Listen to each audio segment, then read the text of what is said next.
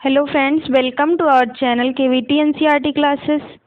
Friends, आज हम लोग पढ़ेंगे क्लास 6 बसंत बुक के नादान दोस्त। चैप्टर 3 है जिसका नाम है नादान दोस्त। फ्रेंड्स, आप लोग चैनल को लाइक कीजिएगा, सब्सक्राइब कीजिएगा। चलिए स्टार्ट करते हैं। चैप्टर 3 नादान दोस्त। देखिए, ये बच्चों की कहानी है।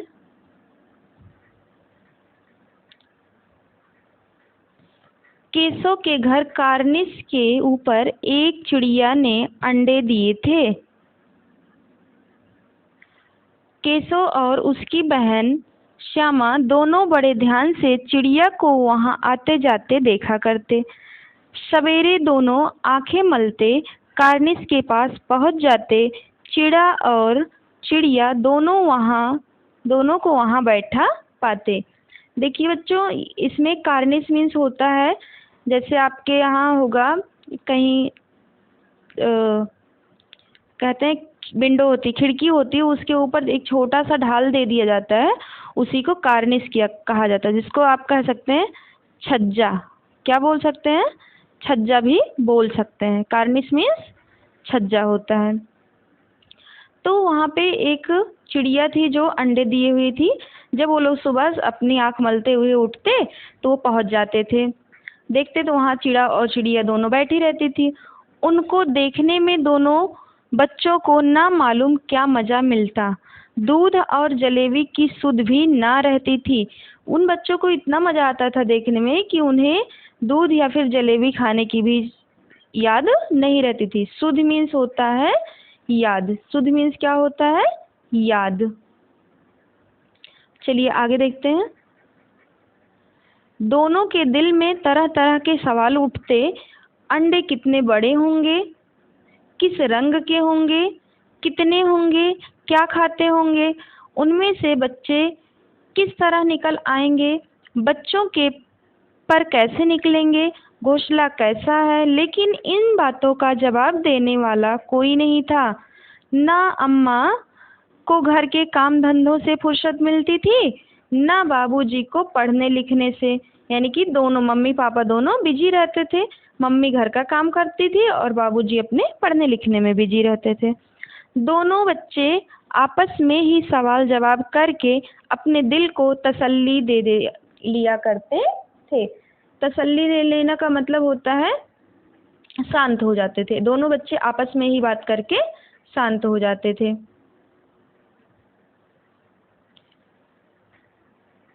श्यामा कहती, क्यों भैया, बच्चे निकलकर फुर्र से उड़ जाएंगे? श्यामा अपने भाई से पूछती, बच्चे निकलकर फुर्र से उड़ जाएंगे? केशव विद्वानों जैसे गर्व से कहता।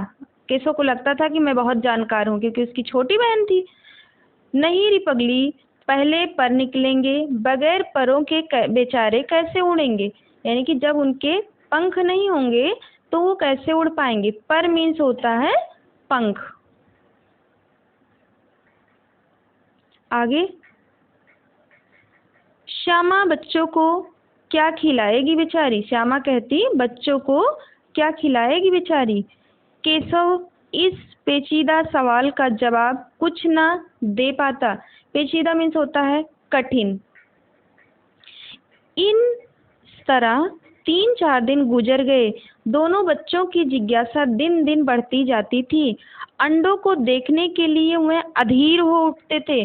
अधीर मीन्स होता है बेचैन। अधीर मीन्स होता है बेचैन। बेचैन मीन्स हो गया परेशान हो जाते थे वो। उन्होंने अनुमान लगाया कि अब जरूर बच्चे निकले आए होंगे। बच्चों के चारे का सवाल अब उनके सामने आ खड़ा हुआ। अब ये लोग सोचने लगे कि बच्चों को वो क्या खिलाएगा, कैसे खिलाएगा। इन लोगों के दिमाग में ये बातें चलती रहती थी। फिर देखते हैं क्या होता है। चिड़िया बेचारी इतना दाना कहाँ पाएगी कि सारे बच्चों की पेट भरे। गरीब बच्चे भूखे के मारे चूं चूं करके मर जाएंगे। अब ये लोग सोच रहे हैं उन बच्चों को जब भोजन नहीं मिलेगा तो बेचारे आवाज कर करके मर जाएंगे। इस मुसीबत का अंदाजा करके दोनों घबरा उठे। दोनों ने फैसला किया कि कार्निस पर थोड़ा सा दाना रख दिया जाए। श्यामा खुश होकर बोली, तब तो चिड़ियों को चारे के लिए कहीं उड़कर ना जाना पड़ेगा ना। अपने भाई से कहती है, जब हम लोग वहाँ पे दाना रख देंगे तो चिड़िया को उड़ के जाने की जरूरत नहीं होगी। केशव कहता है, नहीं, तब क्यों जाएंगी। श्यामा कहती है, क्यों भैया, बच्चों को धूप ना लगती होगी। अब देखो इसके मन में आ रहा है कि बच्चों को धूप भी लगती होगी। केशव का ध्यान इस तकलीफ की तरफ ना गया था। केशव का तो ध्यान नहीं गया था। बोला, जरूर तकलीफ हो रही होगी, बेचारे प्यास के मारे तड़पते होंगे। ऊपर छाया भी तो कोई नहीं है। आखिर यही फैसला हुआ कि घोंसले के ऊपर कपड़े की छत बना देनी चाहिए। पानी की प्याली और थोड़े से चावल रख देने का प्रस्ताव भी स्वीकृत हो गया। यानी कि दोनों ने सोच लिया कि हम वहाँ पे जाके कपड़े का छत बनाएंगे और प्याले में पानी रख देंगे। दोनों बच्चे बड़े चाव से काम करने लगे। श्यामा माँ की आंख बचाकर मटके से चावल निकाल लाई। आंख बचाकर निकालने का मतलब मम्मी से बच के, मम्मी ना देख पाई। केशव ने पत्थर की प्याली का तेल चुपके से जमीन पर गिरा दिया और उसे खूब साफ करके उसमें पानी भरा। अब प्याली भी आ गई और चावल भी आ गया। अब चांदनी के लिए कपड़ा कहाँ से आए। फिर ऊपर बगैर छड़ियों के कपड़ा ठहरेगा कैसे, छड़ियाँ खड़ी होंगी कैसे। अब इन लोग के माइंड में एक से एक विचार आ रहे हैं, जो क्या क्या है। अब चांदनी के लिए कपड़ा कहाँ से आए, और बिना छड़ी के कैसे कपड़ा रुकेगा, और छड़ियाँ कैसे खड़ी होंगी। इन सब बातों का ध्यान इन लोगों के माइंड में आ रहा था। केशव बड़ी देर तक इसी उधेड़-बुन में रहा, यानी कि सोच रहा था। उधेड़-बुन मीन्स क्या हुआ, गुथ रहा था, सोच रहा था, बार बार उसी की बातों को याद कर रहा था। फिर देखिए क्या होता है। आखिरकार उसने यह मुश्किल भी हल कर दी। श्यामा से बोला, जाकर कूड़ा फेंकने वाली टोकरी उठा लाओ, अम्मा जी को मत दिखाना। दोनों ने सोचा। फिर श्यामा, वह तो बीच में फटी हुई है, उसमें से धूप न जाएगी। केशव ने झुंझलाकर कहा। अब ये एक देखिए, जो श्यामा थी, छोटी बच्ची थी, ये सोच रही है जब वो बीच से फटी है तो उसमें से तो धूप जाने लगेगी। लेकिन केशव झुंझलाकर कहा, झुंझलाकर उतर गुस्से में कहा, तू टोकरी तो ला, मैं उसका सुराख बंद करने की कोई हिकमत निकालूंगा। हिकमत मीन्स होता है कोई, कह सकते हैं कोई विचार करूंगा, कोई तरीका निकालूंगा। हिकमत मीन्स तरीका निकालूंगा। फिर क्या होता है, श्यामा दौड़कर टोकरी उठा लाई। केशव ने उसके सुराख में थोड़ा सा कागज ठूस दिया और तब टोकरी को एक टहनी से टिका कर बोला, देख, ऐसे ही घोंसले पर उसकी आड़ कर दूंगा, तब कैसे धूप जाएगी। श्यामा ने दिल में सोचा, भैया कितने चालाक हैं। श्यामा क्या सोच रही है, भैया कितने चालाक हैं। देखिए पार्ट 2 अभी स्टार्ट होता है। गर्मी के दिन थे, बाबूजी दफ्तर गए हुए थे। अम्मा दोनों बच्चों को कमरे में सुलाकर खुद सो गई थी। लेकिन बच्चों की आंखों में आज नींद कहाँ, बच्चों को नींद ही नहीं आ रही थी।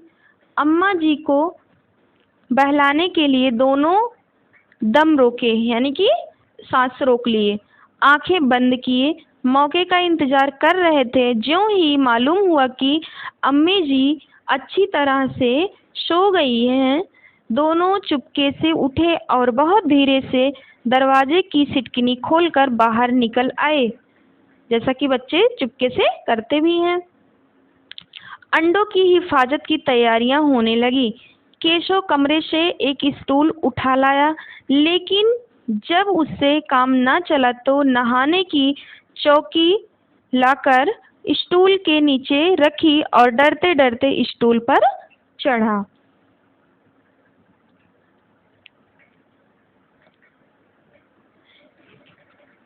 श्यामा दोनों हाथों से स्टूल पकड़े हुए थी। स्टूल चारों टांगे बराबर न होने के कारण जिस तरफ ज्यादा दबाव पाता था जरा सा हिल जाता था।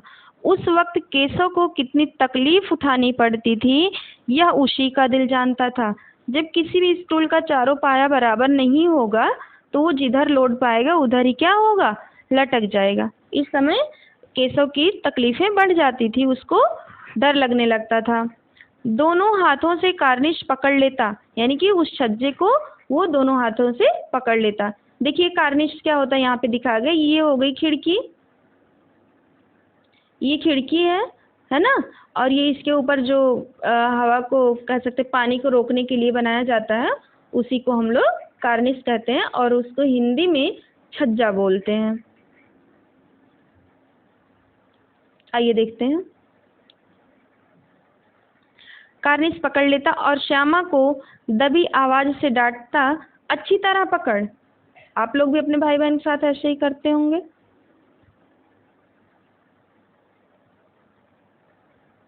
अच्छी तरह से पकड़ वरना उतर कर बहुत मारूंगा।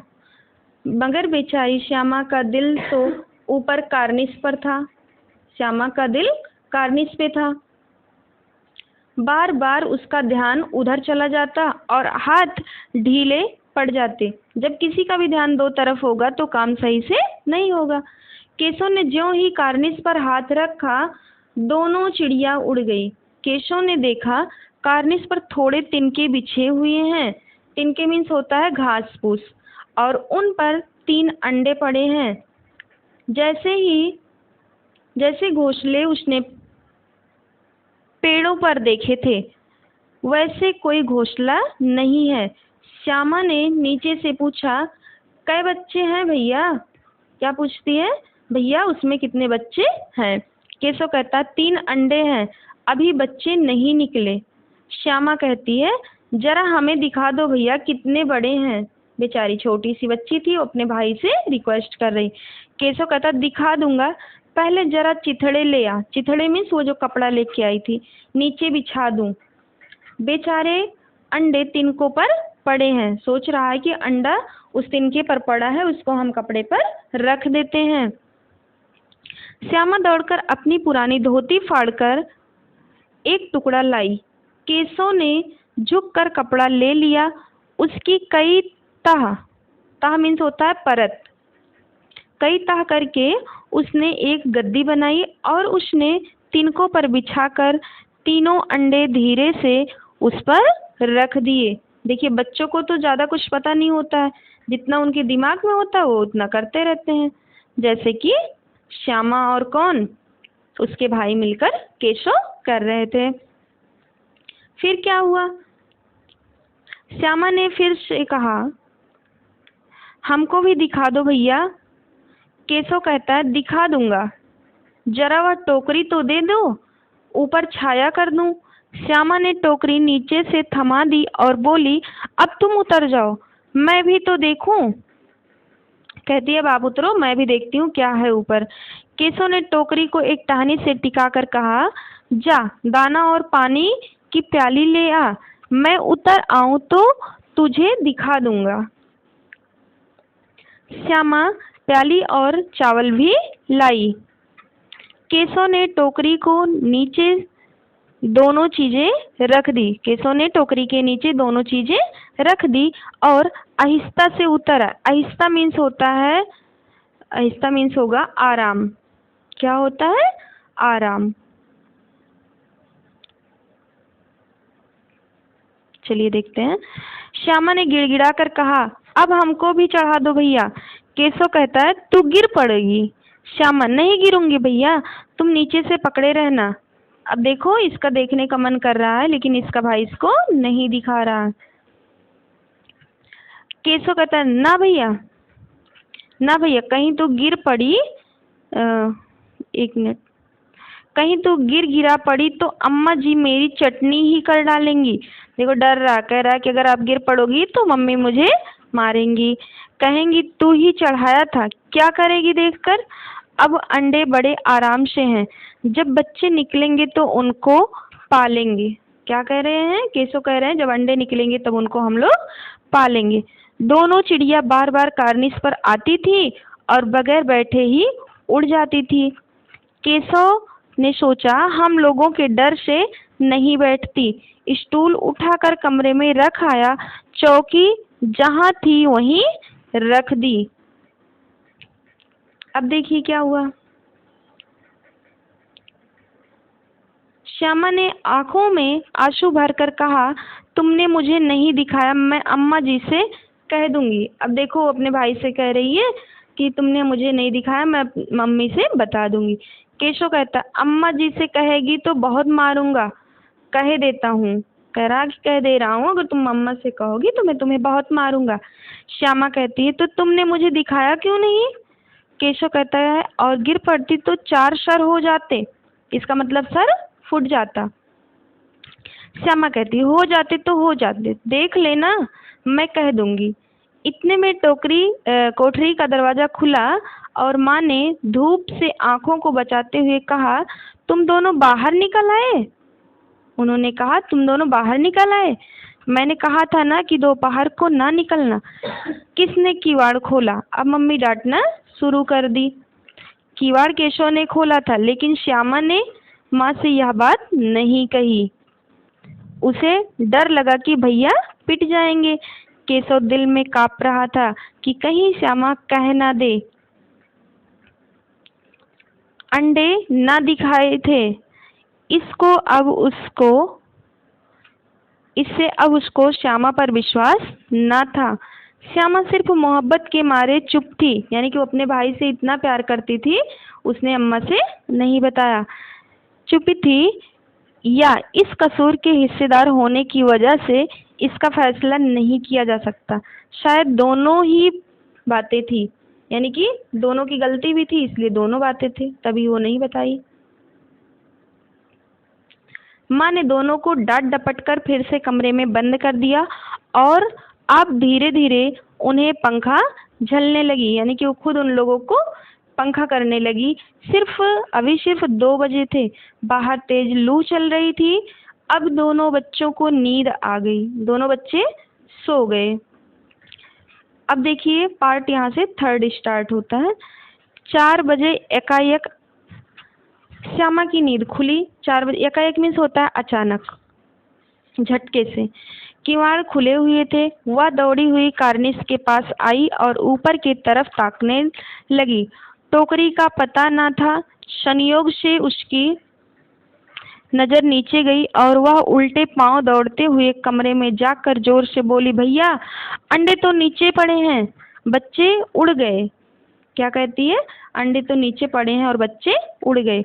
केशव घबरा कर उठा और दौड़ा हुआ बाहर आया तो क्या देखता है कि तीनों अंडे नीचे टूटे पड़े हैं और उनसे कोई चूने की सी चीज बाहर निकल आई। आप देखेंगे जब अंडा फूट जाता है वो चूने का कलर का हो जाता है।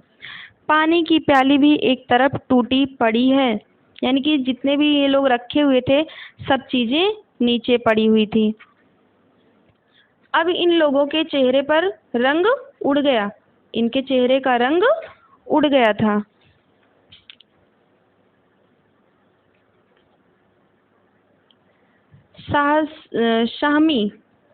सहमी हुई आंखों से जमीन की तरफ देखने लगे। श्यामा ने पूछा, बच्चे कहाँ उड़ गए भैया। केशव ने करुण स्वर में, यानी कि दया उसके अंदर, अब थोड़ा सा करुण का मतलब आप कह सकते हो दया कह सकते ना, बहुत ही विनम्र स्वर में कहा, अंडे तो फूट गए। श्यामा कहती है, और बच्चे कहाँ गए। केशव कहता है, तेरे सर में, गुस्से में आके बोला, तुम्हारे सर में गए। देखती नहीं है अंडों में से उजला उजला पानी निकल आया है, वही तो 2-4 दिनों में बच्चे बन जाते। माँ ने सोटी हाथ में लिए हुए पूछा, तुम दोनों वहाँ धूप में क्या कर रहे हो? फिर माँ ने पूछी। श्यामा ने कहा, अम्मा जी, चिड़िया के अंडे टूटे पड़े हैं। माँ ने आकर टूटे हुए अंडों को देखा और गुस्से में बोली, तुम लोगों ने अंडे को छुआ होगा, तुम लोगों ने अंडे को छुआ होगा। फिर क्या हुआ? अब तो श्यामा को भैया पर जरा भी तरस ना आया। उसी ने शायद अंडे को इस तरह रख दिया कि वह नीचे गिर पड़े। इसकी उसे सजा मिलनी चाहिए। बोली, इन्होंने अंडे को छेड़ा था अम्मा जी, अब ये बता देती है। फिर क्या होता है? माँ ने केशव से पूछा, क्यों रे? माँ ने पूछा, क्यों तुमने ऐसा किया? केशव भीगी बिल्ली बना खड़ा रहा, यानी कि डर के मारे खड़ा रहा। माँ, तू वहां पहुंचा कैसे? माँ कहती, तुम वहां कैसे पहुंचे? फिर देखो क्या बताते हैं केशव। फिर केशव कहते हैं,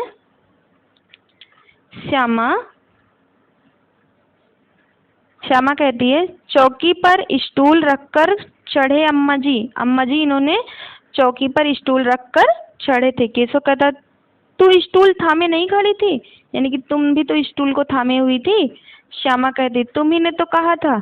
माँ कहती, तू इतना बड़ा हुआ, तुझे अभी इतना भी नहीं मालूम कि छूने से चिड़ियों के अंडे गंदे हो जाते हैं, फिर चिड़िया फिर उन्हें नहीं शेती, यानी कि उसमें बच्चे नहीं निकलते।